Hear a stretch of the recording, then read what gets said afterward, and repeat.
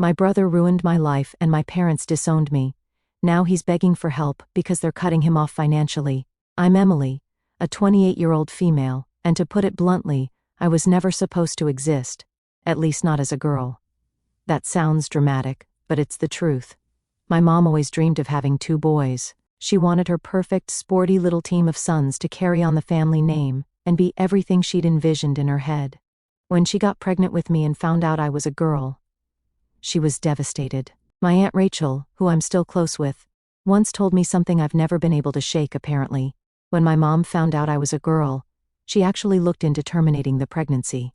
By the time she got serious about it, it was too late and considered risky. So I was born, not as a blessing but as a regret.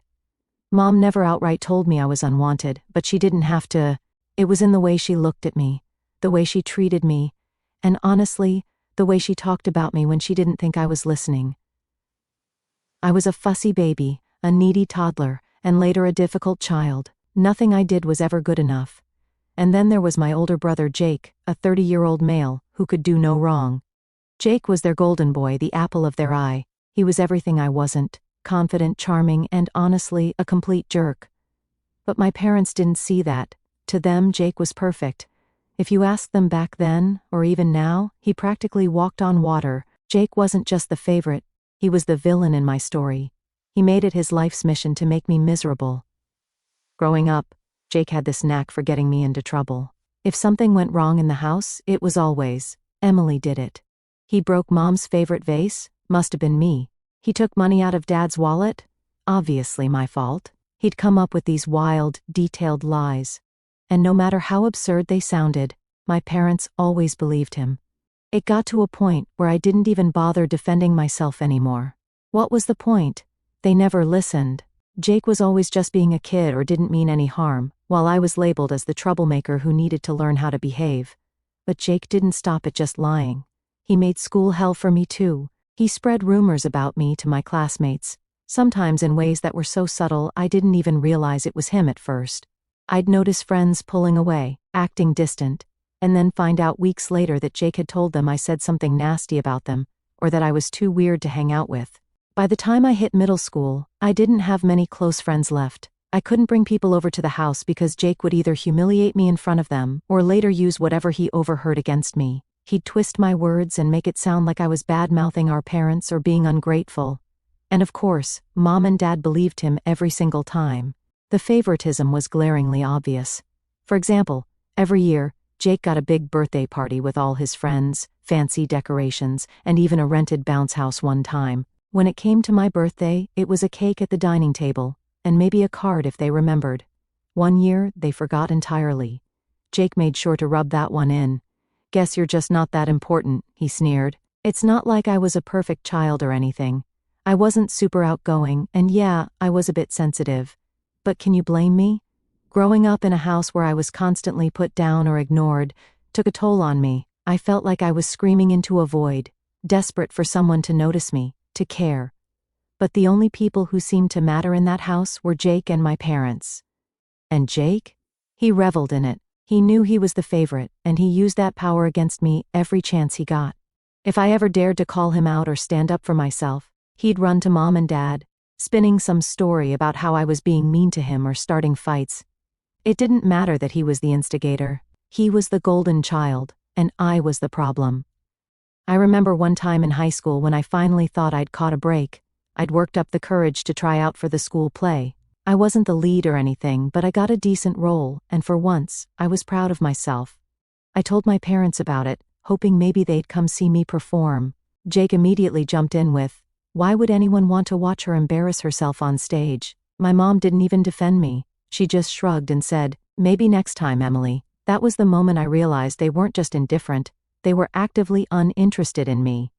Jake wasn't just cruel, he was calculated. He knew exactly how to get under my skin and make me feel small. And the worst part? He never faced any consequences for it. Mom and Dad never called him out or punished him. If anything, they encouraged it by always taking his side. Every day felt like a battle I was destined to lose. I'd try to focus on school or my hobbies, but Jake was always there, lurking in the background, ready to tear me down. And my parents? They didn't care. To them, Jake could do no wrong. and I was just there, a mistake they couldn't undo. And yet, somehow, I survived. Maybe it was stubbornness, or maybe it was the faint hope that one day things would get better. But if there's one thing I've learned, it's that you can't force people to love you. You just have to find the strength to walk away, and that's exactly what I did later. By the time I turned 18, I was done, like completely done, with my family. I knew the only way I'd ever have a chance at real happiness was to get out of there. So, I put everything I had into school. I wasn't just trying to get good grades. I was fighting for freedom. I worked my butt off to get a scholarship to a college out of state. I applied to every program, wrote essay after essay, and spent hours filling out financial aid forms. The moment I got my acceptance letter from a school in California with a partial scholarship, I cried. Not because I was sad, but because I finally saw a way out. The day I left for college, I didn't even get so much as a "we'll miss you" from my parents. They helped Jake pack up and move into his fully furnished apartment when he decided to live on his own. Me? I got a pat on the back and a good luck. My mom even had the nerve to say, "Don't forget to call us if you need help," knowing full well they wouldn't lift a finger. Jake stayed in our tiny Illinois hometown, of course. My parents paid for everything, his rent, his car, even his groceries. Meanwhile, I was on my own. I remember walking into my dorm room, looking around at the bare walls, and realizing this was the first time I was truly free. It was terrifying and exhilarating all at once. Once I left, my parents wasted no time cutting me out of their lives. At first, I tried keeping in touch. I called them a couple of times, but the conversations were short and awkward. They never asked how I was doing or how school was going. They just updated me on Jake's life, how he got a new car, how he was hosting some big party, how he and his girlfriend Sarah at the time were getting serious. It didn't take long for me to realize they didn't care about my life at all. So I stopped calling, and honestly, they didn't seem to notice. Our family group chat became the Jake Show. It was all about his accomplishments, like how he grilled the best steak at a barbecue, or how he was thinking of starting his own business, which never happened. Meanwhile, I was balancing 15 credit hours, 2 part-time jobs, and endless study sessions, just to keep my scholarship. There were days when I didn't know how I was going to make it. I'd work late shifts at a campus coffee shop, then stay up until 2 a.m., cramming for exams. I lived on instant ramen and dollar store mac and cheese because that's all I could afford. Some days I felt like I was barely holding it together, but I refused to call home for help, not that they would have offered any. I wasn't about to give them the satisfaction of seeing me struggle. Even when things got tough, I couldn't bring myself to regret leaving. My senior year of college was a turning point for me. That's when I met Ethan, the man who would eventually become my husband. I wasn't looking for a relationship at the time, I was too busy trying to survive. But Ethan kind of fell into my life in the best way possible. We met during a group project in one of my classes. He was one of those people who seemed genuinely interested in getting to know me, not just for the project, but for who I was as a person. At first, I was hesitant. I wasn't used to people being kind without some ulterior motive, thanks to my family. But Ethan wasn't like that. He was patient and kind, and he made me feel like I was worth something. One of the things that stood out to me the most about Ethan was his family. I'll never forget the first time he invited me to dinner at his parents' house. I was so nervous, but they made me feel welcome from the moment I walked through the door. His mom hugged me like she'd known me forever, and his dad joked about how Ethan never brought anyone home unless they were the real deal. They asked about my life, my classes, and my plans for the future. They listened, actually listened.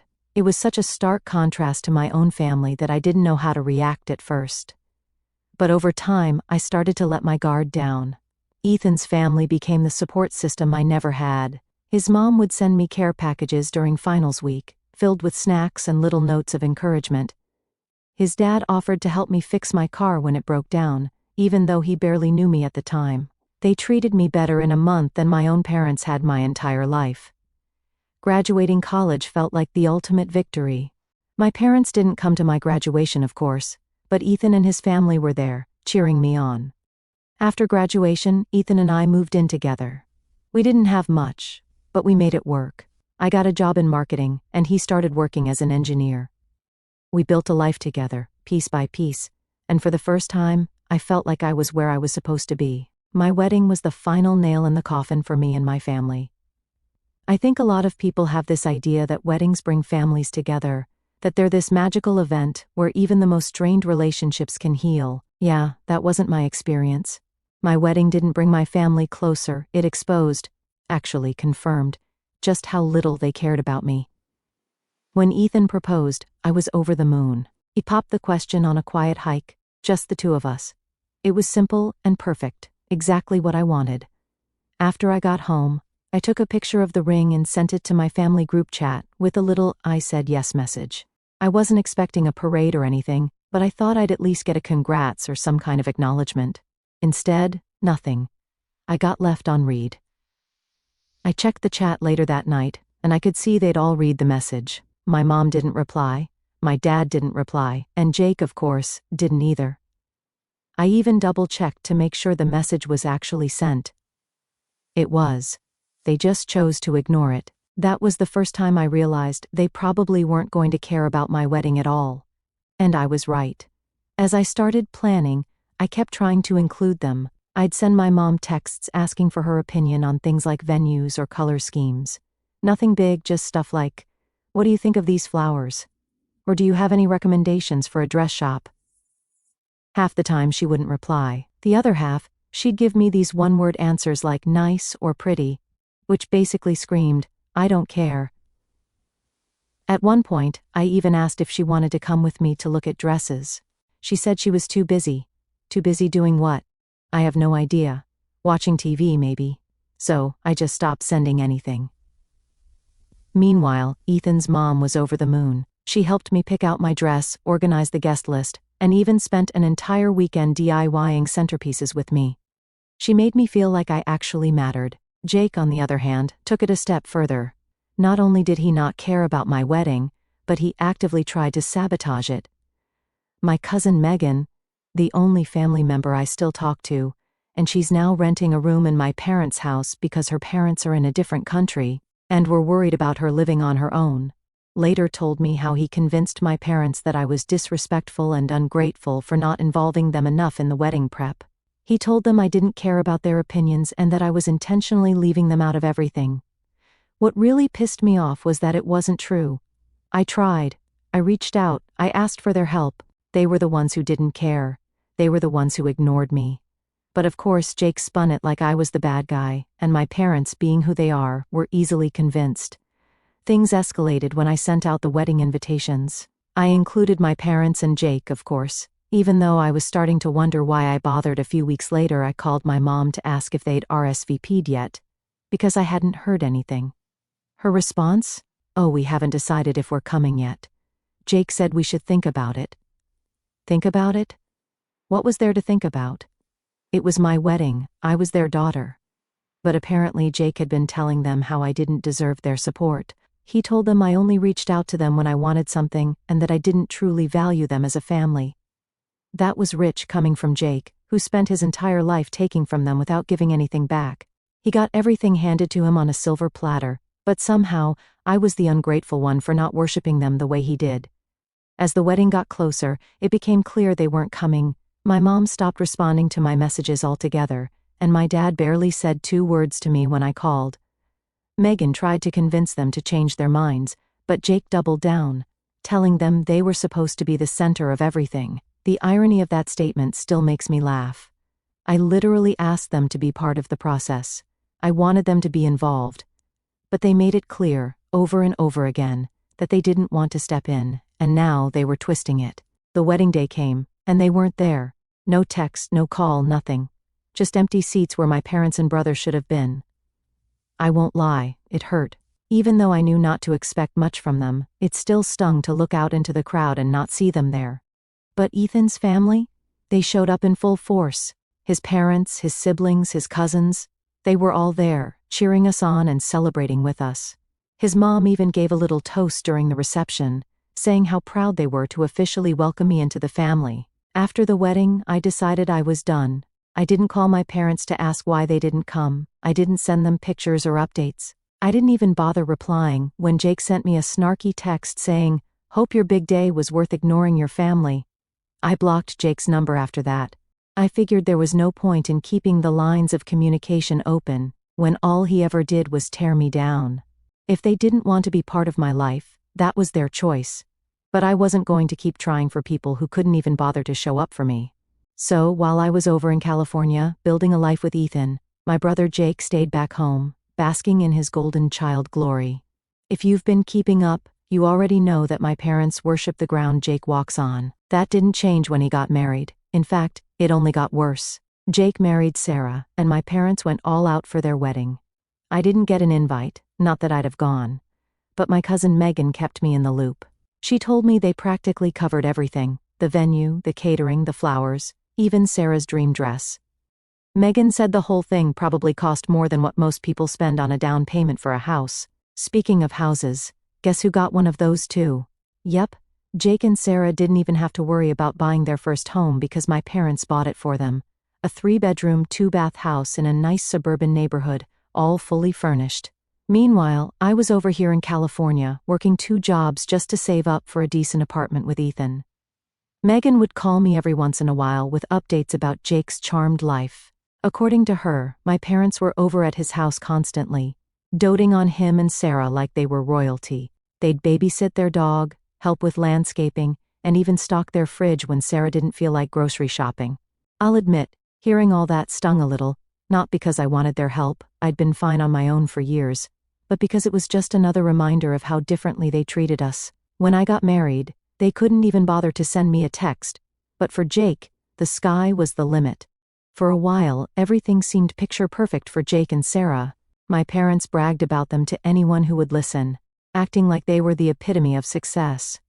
Megan told me how they'd gush about how Jake found such a wonderful wife and how they were building such a beautiful life together. But then things started to shift. After a couple of years, my parents started dropping hints about grandchildren. At first, it was subtle, little comments about how a baby would make their family complete, or how they couldn't wait to spoil a grandchild. But subtlety isn't really their strong suit, so it quickly escalated. Megan told me my mom became borderline obsessed with the idea of grandkids. She'd bring it up every chance she got, pestering Jake and Sarah about when they were going to start a family. My dad wasn't much better. He'd make comments about continuing the family name, and how it was Jake's responsibility as the eldest son to carry on the legacy. I wasn't surprised, honestly.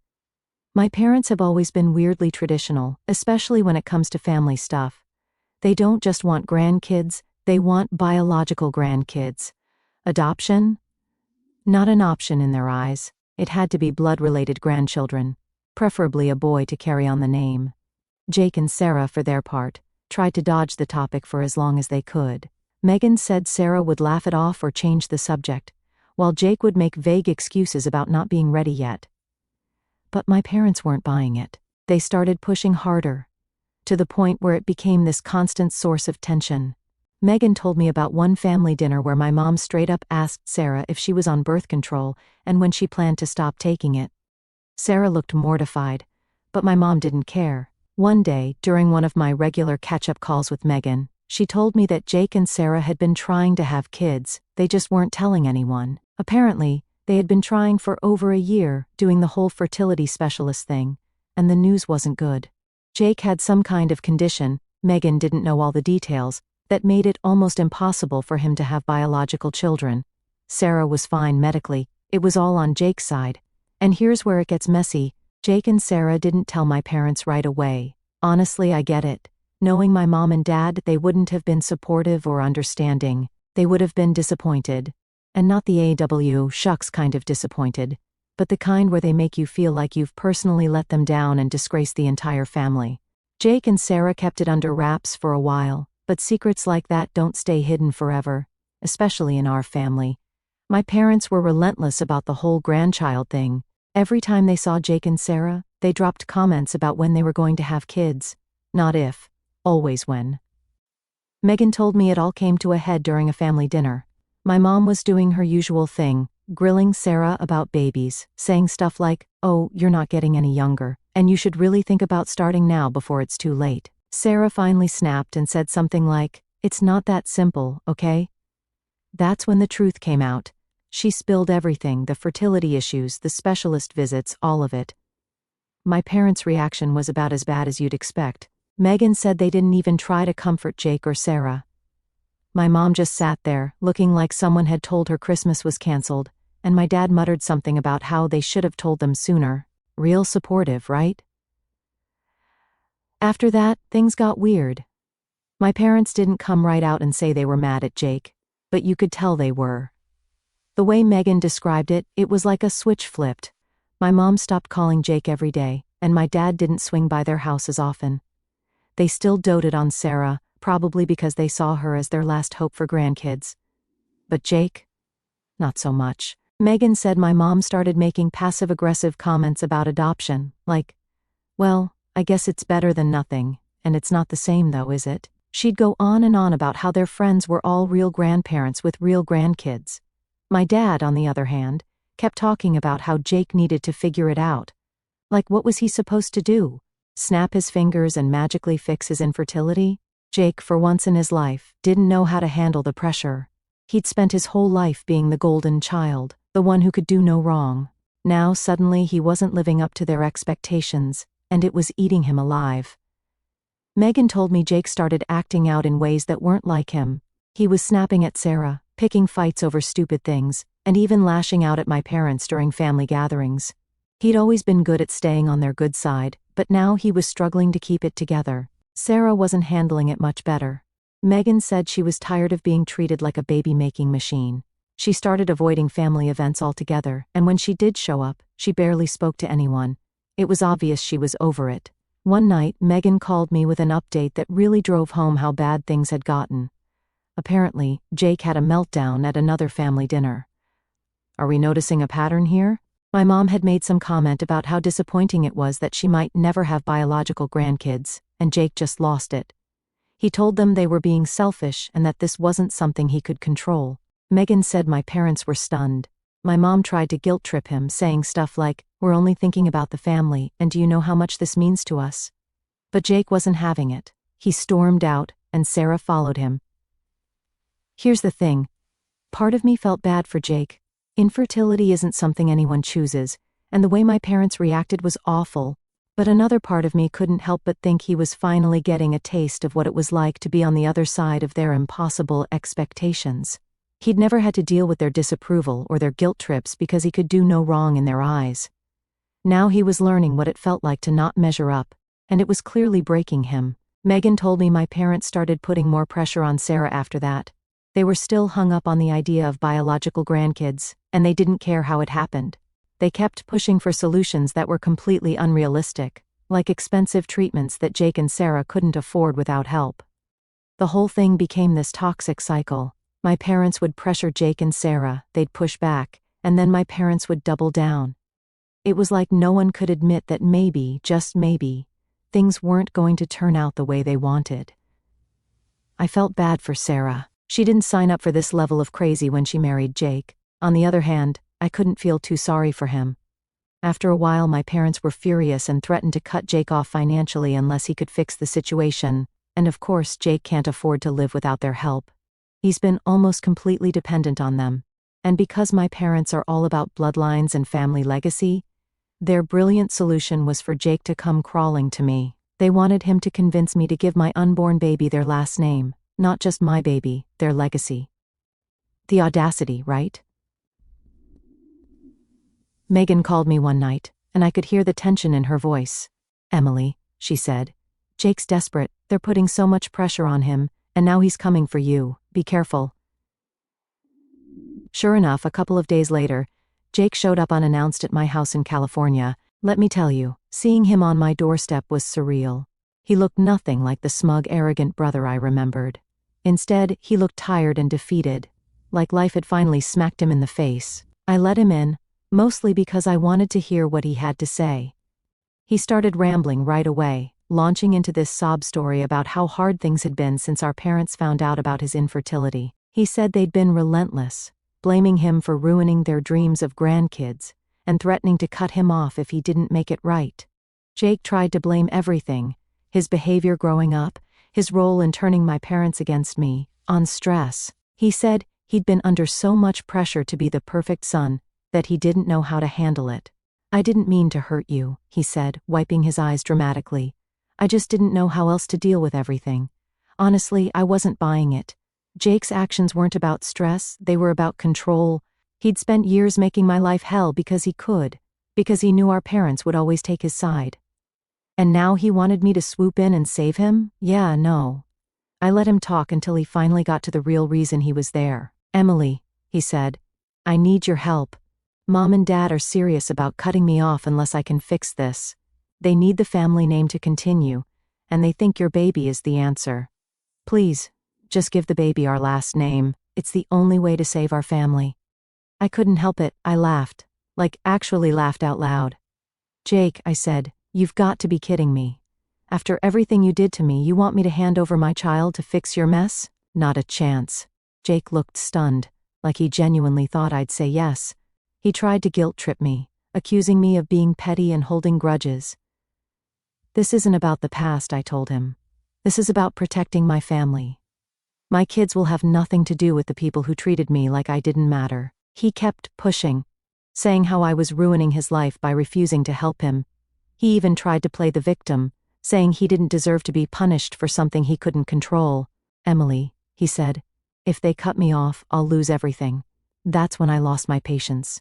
Jake, I said, you've spent your whole life taking from me, my peace, my friends, even my parents' attention, and now you want to take from my kids? Absolutely not. If they cut you off, that's on them, not me. Maybe it's time you learned what it's like to stand on your own 2 feet. Jake stormed out after that, slamming the door behind him. I felt a mix of emotions, anger, relief, and a weird sense of closure. For the first time I stood up to him and didn't let him manipulate me. It felt good.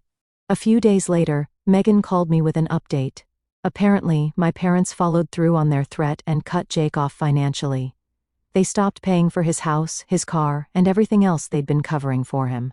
Megan said Jake and Sarah were struggling to adjust to life without my parents' endless support. Sarah, who'd been used to living a cushy life, wasn't happy. Megan said she overheard Sarah complaining about how unfair it was that Jake couldn't just fix things with me. I almost felt bad for her, but then I remembered how she'd gone along with my parents' toxic behavior for years. So, after Jake failed to get me to cave, my parents decided to step in themselves. I wasn't exactly surprised. It started with a phone call from my mom. I hadn't heard from her in years, literally years, so seeing her name pop up on my screen was jarring to say the least. At first, I thought about ignoring it, but I was curious to see what she had to say. I picked up, and she immediately launched into a rehearsed-sounding apology. Emily, she said, her voice dripping with this faux sweetness that I hadn't heard since I was a kid. I just wanted to say how sorry I am for everything. We've been thinking about you so much, and we miss you. Miss me? Since when? She kept going, trying to make it sound like they'd had this big epiphany about how they treated me. I know we made mistakes, she said, but we're family, and I think it's time we start fresh. I cut her off. Is this about Jake? There was a long pause on the other end. She clearly hadn't expected me to be so direct. Well, yes, she admitted, her tone shifting. But it's not just about him. It's about the family. We need to come together, Emily. We've all been through so much. And then she started with the guilt trips. You know how much this means to your father and me. All we want is to make things right. Your baby could bring this family back together. Don't you think it's time we put the past behind us? I could feel my blood boiling. Put the past behind us? I said. You mean the past where you treated me like I didn't exist? The past where you gave Jake everything and left me with nothing? That past? She tried to backpedal, but I wasn't having it. I told her I wasn't interested in letting them use my child to fix their mistakes. She started crying, saying how much it hurt her to hear me talk that way. But I stood my ground. A few days later my dad called. If my mom's tactic was guilt, my dad's was anger. He started off by saying how disappointed he was in me for being so selfish. He told me I was tearing the family apart, and that I needed to grow up and think about the bigger picture. I let him rant for a while before cutting in. Dad, I said, let me make one thing clear. My baby is not your second chance. If you're so worried about the family name, maybe you should have thought about that earlier, way earlier. He didn't have much to say after that, but he tried one last jab. You know, Emily, we only want what's best for the family. If you can't see that, then I don't know what else to say. I had enough and blocked them everywhere. I haven't heard from them since. Meanwhile, I'm focusing on my life and what's coming. Ethan and I will be raising our kids in a loving, healthy environment, something I never had growing up. Megan and Ethan's family have become my support system, and I couldn't be more grateful for them. I've thought a lot about whether I should feel guilty for cutting off my family, especially Jake, but every time I think about it, I come back to the same conclusion. I don't owe them anything. They made their choices, and now they're dealing with the consequences. Jake and my parents can keep playing their games, but I'm done. I'm done being the scapegoat, the afterthought, the one who always had to bend to make them happy. I'm building a new life, one filled with love, respect, and the kind of family I always wanted but never had. Thanks for sticking with me through this story, Reddit. It's been a wild ride, but sharing it has been surprisingly cathartic. If there's one thing I've learned, it's this. Sometimes, the best thing you can do for yourself is walk away from the people who hurt you, no matter who they are.